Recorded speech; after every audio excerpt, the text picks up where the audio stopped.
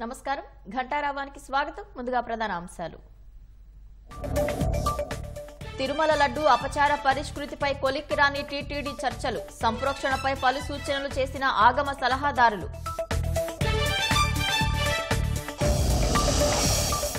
తిరుమల పవిత్రతను దెబ్బతీసిన వారిని కఠినంగా శిక్షిస్తామన్న సీఎం. వైవి సుబ్బారెడ్డికి జగన్ ఎలా క్లీన్ చిట్ ఇస్తారని ఆగ్రహం. లడ్డూ తయారీలో కల్తీ నెయ్యి వినియోగంపై నిరసనల వెల్లువ. మాజీ చైర్మన్లు వైవి, భూమన అరెస్టుకు కూటమి నేతల demand. Speed of doing business పై దృష్టి పెట్టామన్న మంత్రి లోకేష్. రాష్ట్రాభివృద్ధికి సీఐఐతో కలిసి పనిచేస్తున్నట్లు వెల్లడి.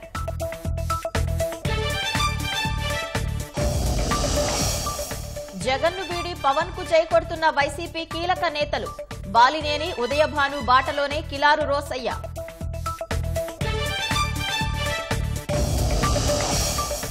ఢిల్లీ ముఖ్యమంత్రిగా ఆప్ నేత ఆతిశీ ప్రమాణం. సీఎంగా పగ్గాలు చేపట్టిన అతిపిన్న వయస్కురాలిగా రికార్డ్.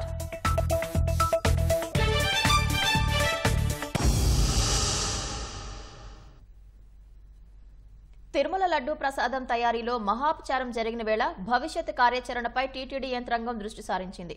తిరుమలలోని టీటీడీ పరిపాలనా భవనంలో ఆగమ సలహాదారులు, అర్చకులతో ఈవో సుదీర్ఘంగా చర్చలు జరిపారు. మరింత సమాచారం మా ప్రతినిధి నారాయణప్ప ప్రత్యక్ష ప్రసారం ద్వారా అందిస్తారు.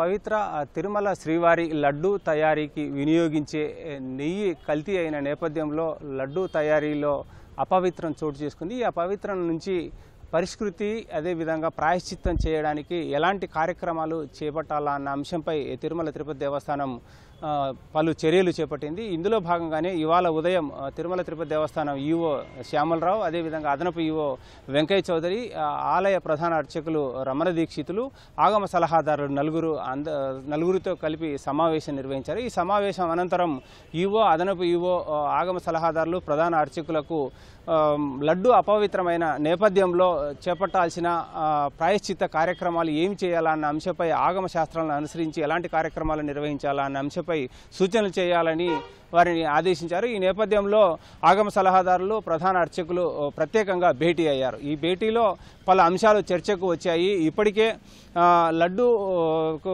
వినియోగించే నెయ్యి కల్తీ అయింది జూన్ జూలై నెలల్లో. ఆ తర్వాత వాటికి ప్రత్యామ్నాయంగా కల్తీ అయిన నెయ్యిని ఆపివేసి ప్రత్యామ్నాయంగా నాణ్యమైన నెయ్యిని తీసుకుంటూ లడ్డూలు తయారు చేస్తున్నారు. ఈ సమయంలో ఆగస్టులో పవిత్రోత్సవాలు జరిగాయి. పవిత్రోత్సవాలు నిర్వహించేది ఏడాదికి ఒకసారి. పవిత్రోత్సవాల లక్ష్యమే అది.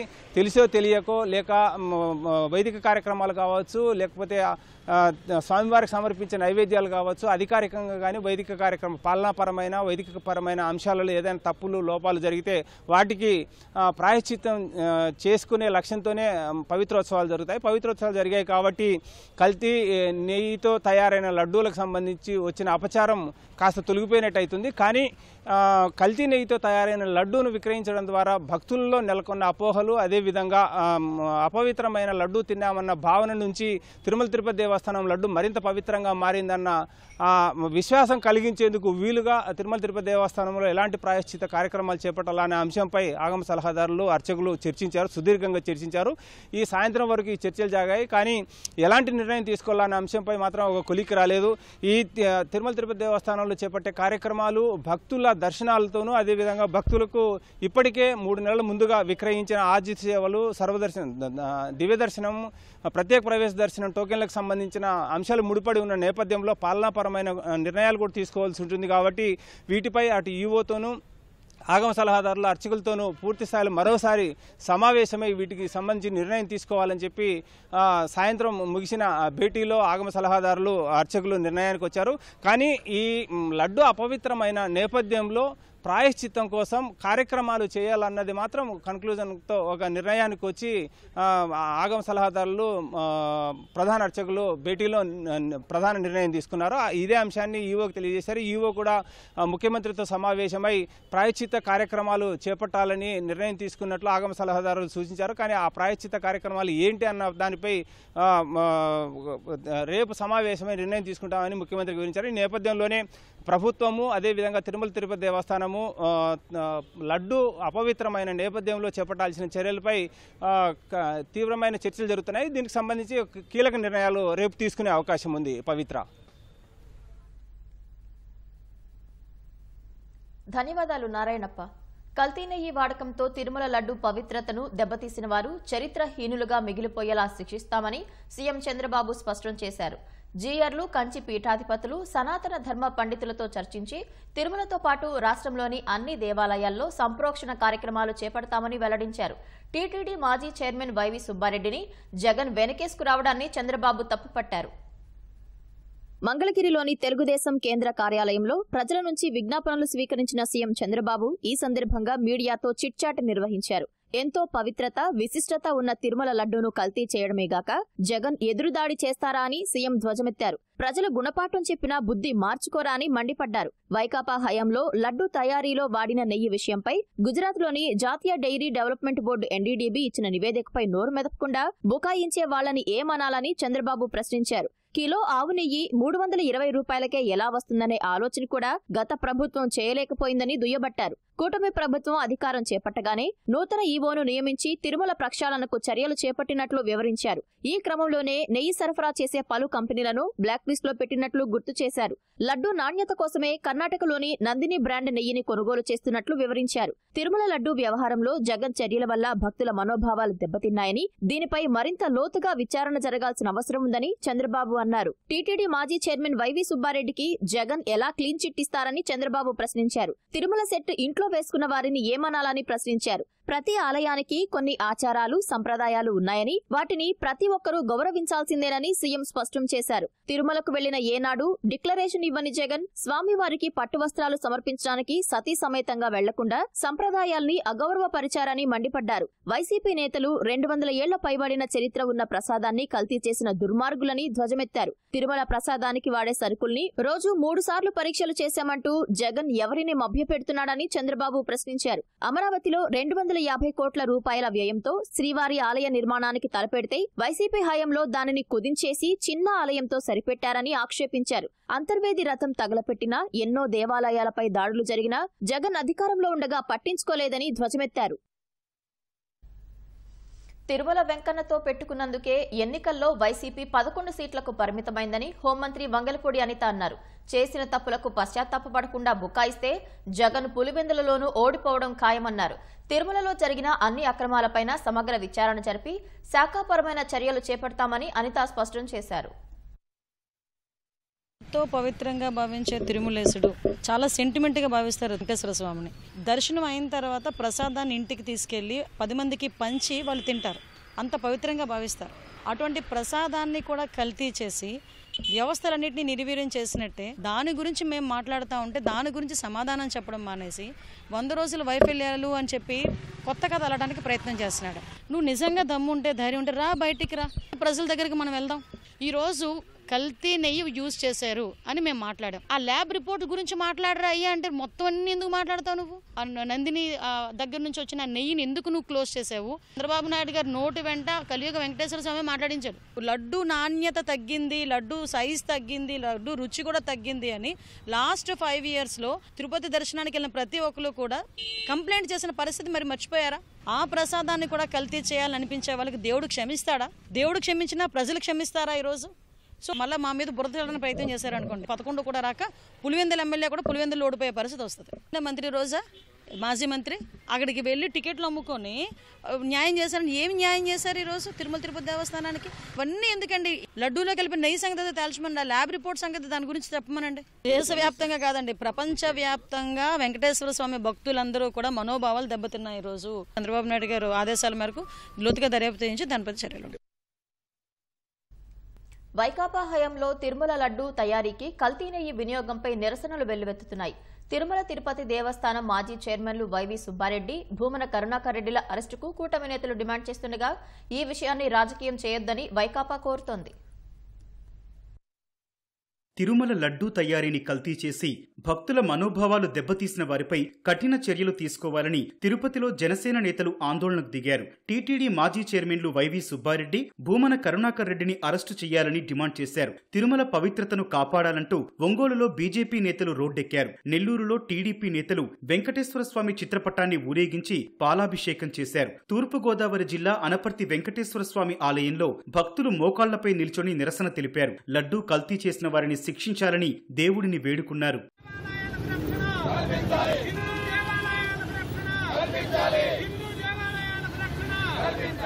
తిరుమల శ్రీవారి లడ్డూ కల్తీ వ్యవహారంపై ఉమ్మడి చిత్తూరు జిల్లా కూటమి ఎమ్మెల్యేలు ఆగ్రహం వ్యక్తం చేశారు. ప్రసాదాన్ని అపవిత్రం చేసిన వారిపై చర్యలు తీసుకోవాలని బీజేపీ, జనసేన నేతలు తిరుపతి ఎస్పీకి ఫిర్యాదు చేశారు. తప్పును సమర్థించుకోవడానికి వైసీపీ నేతలు ఎదురుదాడి చేస్తున్నారని తిరుపతి తెలుగుదేశం నేతలు ఆగ్రహం వ్యక్తం చేశారు.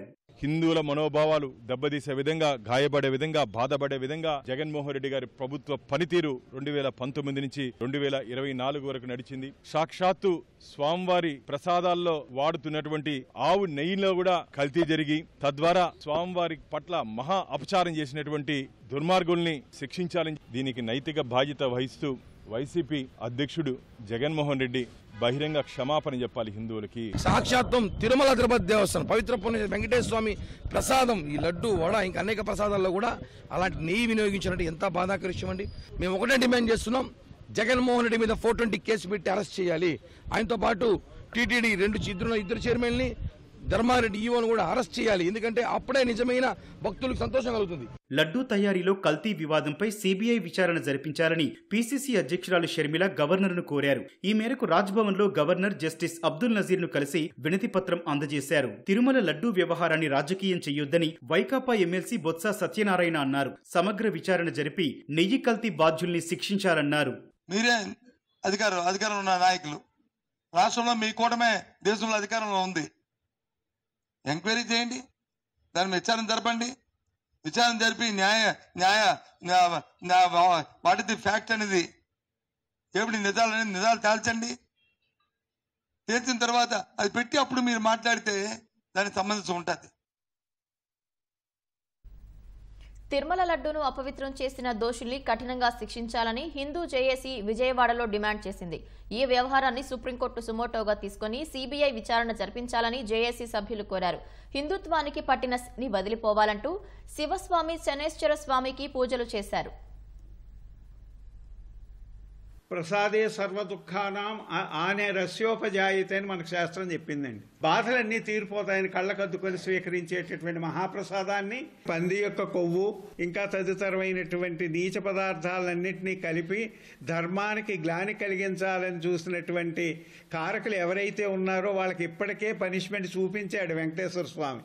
ప్రభుత్వం కూడా వెంటనే చొరవ తీసుకొని దీనికి కారకులైనటువంటి వారిని న్యాయస్థానాల ముందు పెట్టి శిక్ష పడేటట్టుగా చేయాలి. భారతదేశంలో ఉన్నటువంటి సాధు సంతులు, పీఠాధిపతులు ఏకత్రాటి మీదకు వచ్చి హిందువులందరినీ కూడా ఏకోన్ముఖం చేయవలసినటువంటి అవసరం ఎంతైనా ఉంది. విజిలెన్స్ నా మీద ఎంక్వైరీ చేయకూడదని చెప్పి ఇవాళ హైకోర్టుకు వెళ్లారు పాత చైర్మన్ గారు. అది చాలా తప్పు. ఆయన తప్పు చేయకపోతే విజిలెన్స్ గురించి ఎందుకు ఆయన భయపడుతున్నాడు?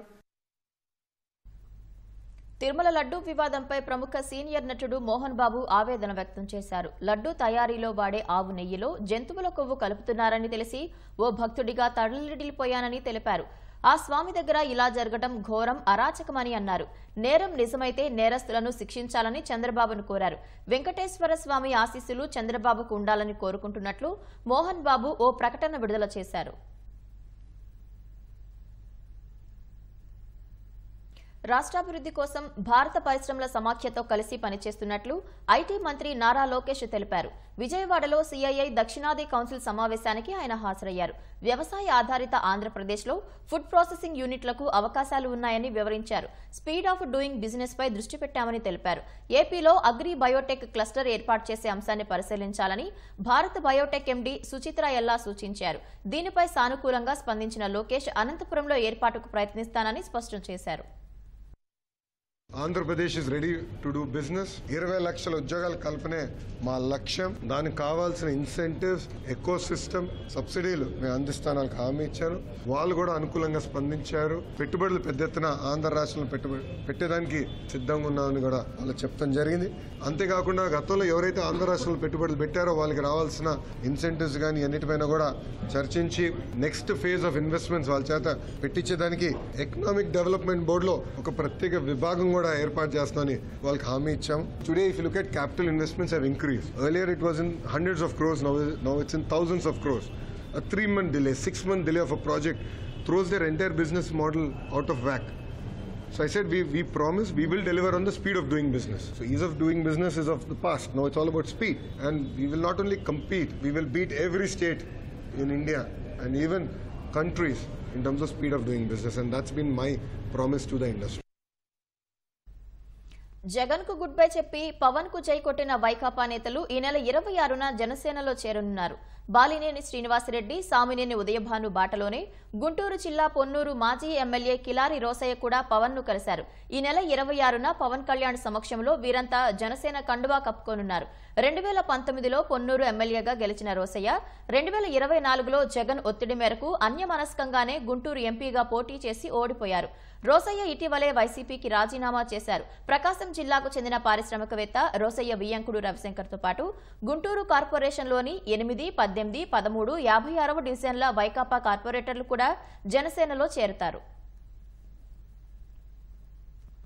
విశాఖ జిల్లా భీమిలి బీచ్ లో వైసీపీ నేత విజయసాయిరెడ్డి కుమార్తె నేహారెడ్డి అక్రమ కట్టడాల్లో కొంత భాగాన్ని జీవీఎంసీ అధికారులు కూల్చేశారు. సిఆర్జెడ్ నిబంధనలు ఉల్లంఘించి చేపట్టిన నిర్మాణాలు కూల్చేయాలంటూ జనసేన కార్పొరేటర్ పీతల మూర్తి యాదవ్ వేసిన పిల్పై హైకోర్టు ఇచ్చిన ఆదేశాలతో రంగంలోకి దిగారు. కూల్చివేతకు అయ్యే ఖర్చులను నేహారెడ్డి నుంచే వసూలు చేయాలని ఉన్నత న్యాయస్థానం జీవీఎంసీ అధికారులకు స్పష్టమైన ఆదేశాలిచ్చింది. సుమారు 10 అడుగుల లోతు వరకు ఉన్న ప్రహరీతో పాటు ప్లాట్ఫామ్ను అధికారులు తొలగించారు. ప్రకాశం బ్యారేజ్ గేట్లకు అడ్డుపడిన పడవల తొలగింపు పని పరిసమాప్తం అయింది. చివరి బోటును బెకమ్ ఇన్ఫ్రా సంస్థ విజయవంతంగా బయటకు తీసింది. 2 పడవలను ఇనుప గడ్డర్లతో అనుసంధానించి వాటిని అడ్డుపడిన పడవలకు కట్టి వెలికితీశారు. 3వ పడవను చైన్ పుల్లర్లతో ఎత్తుకులేపి బ్యారేజ్ ఎగువన ఉన్న పున్నమి ఘాట్ వద్దకు తరలించారు. చివరి పడవ బరువు 40 టన్నులని సిబ్బంది తెలిపారు. బోర్డుని గురించి కూడా ఉందేమని చెప్పి డైవర్స్ వెళ్ళి వెతికొచ్చారు. డైవర్స్ అవతల నీళ్లు వెళ్తున్నాయి, వెళ్ళి చూడలేరు. 50 వరకు వాళ్ళు వెళ్ళి డైవర్స్ క్లోజ్ చేసి ఉన్న దగ్గర వెళ్ళి వెతికారు, ఎక్కడ ఏమీ కనపడలేదు. ఫ్లడ్లో కొట్టుకు వెళ్ళిందని భావిస్తున్నాం. బెకమ్ infra, Abbulu team, sea line divers, ఇక్కడ లోకల్ బోటు సదాశివరావు గారి టీము అందరి సహకారంతో వారు ఇచ్చిన ఈ పనిని సంపూర్తిగా పూర్తి చేయగలిగాం. ఇటీవల వర్షాలు, వరదలకు దెబ్బతిన్న సాగునీటి కాలువలకు యుద్ధ ప్రాతిపదికన మరమ్మతులు పూర్తి చేయాలని జలవనరుల శాఖ మంత్రి నిమ్మల రామానాయుడు అధికారులను ఆదేశించారు. ఆఖరి ఎకరం వరకు సాగునీరు అందించాలన్నదే ప్రభుత్వ లక్ష్యమన్నారు. గట్లకు ఎక్కడికక్కడ గండ్లు పడ్డాయో గుర్తించాలని, మరమ్మతులకు కలెక్టర్ స్థాయిలోనే అనుమతులిచ్చి పనులు పూర్తి చేయాలని నిర్దేశించారు. ప్రధానంగా ఏలేరు, అమ్మిలేరు, ఎర్ర కాలువ గండ్లతో పాటు ఆక్రమణలను గుర్తించి నివేదిక ఇవ్వాలన్నారు. కృష్ణా డెల్టా పరిధిలోని ఏలూరు, బందరు, గూడూరు ఛానల్ గండ్లను పూడ్చాలన్నారు. బకింగ్హామ్ కెనాల్ శివారు ప్రాంతాలకు నీరు అందాలని సూచించారు. తాత్కాలికంగా చేసిన పనులను శాశ్వతంగా నాణ్యతతో పూర్తి చేయాలని మంత్రి ఆదేశించారు. ఆప్ సీనియర్ నాయకురాలు ఆతిశి ఢిల్లీ 8వ ముఖ్యమంత్రిగా ప్రమాణ స్వీకారం చేశారు. రాజ్నివాస్లో జరిగిన కార్యక్రమంలో ఢిల్లీ లెఫ్టినెంట్ గవర్నర్ వీకే సక్సేనా ఆమెతో ప్రమాణ స్వీకారం చేయించారు. ఈ కార్యక్రమానికి ఆప్ జాతీయ సమన్వయకర్త అరవింద్ కేజ్రీవాల్తో పాటు ఆ పార్టీ ముఖ్య నేతలు హాజరయ్యారు. ఆతిశితో పాటు మరో 5 మంత్రులుగా ప్రమాణం చేశారు. సుల్తాన్పూర్ మజ్రా స్థానం నుంచి తొలిసారి ఎమ్మెల్యేగా ఎన్నికైన ముఖేష్ అహ్లావత్కు ఆతిశి కేబినెట్లో చోటు దక్కింది. గోపాల్ రాయ్, ఇమ్రాన్ హుస్సేన్, కైలాష్ గెహ్లోత్, సౌరభ్ భరద్వాజ్ మరోసారి మంత్రులుగా ప్రమాణం చేశారు. ఢిల్లీ సీఎం పగ్గాలు చేపట్టిన అతిపిన్న వయస్కురాలుగా రికార్డులకెక్కిన ఆతిశి ప్రమాణ స్వీకారం అనంతరం కేజ్రీవాల్ ఆశీస్సులు తీసుకున్నారు. मैं आतिशी ईश्वर की शपथ लेती हूं कि जो विषय मुख्यमंत्री के रूप में मेरे विचार के लिए लाया जाएगा अथवा मुझे ज्ञात होगा उसे किसी व्यक्ति या व्यक्तियों को तब के सिवाय जबकि ऐसे मुख्यमंत्री के रूप में अपने कर्तव्यों के सम्यक निर्वहन के लिए ऐसा करना अपेक्षित हो, मैं प्रत्यक्ष अथवा प्रत्यक्ष रूप से संसूचित या प्रकट नहीं करूंगी।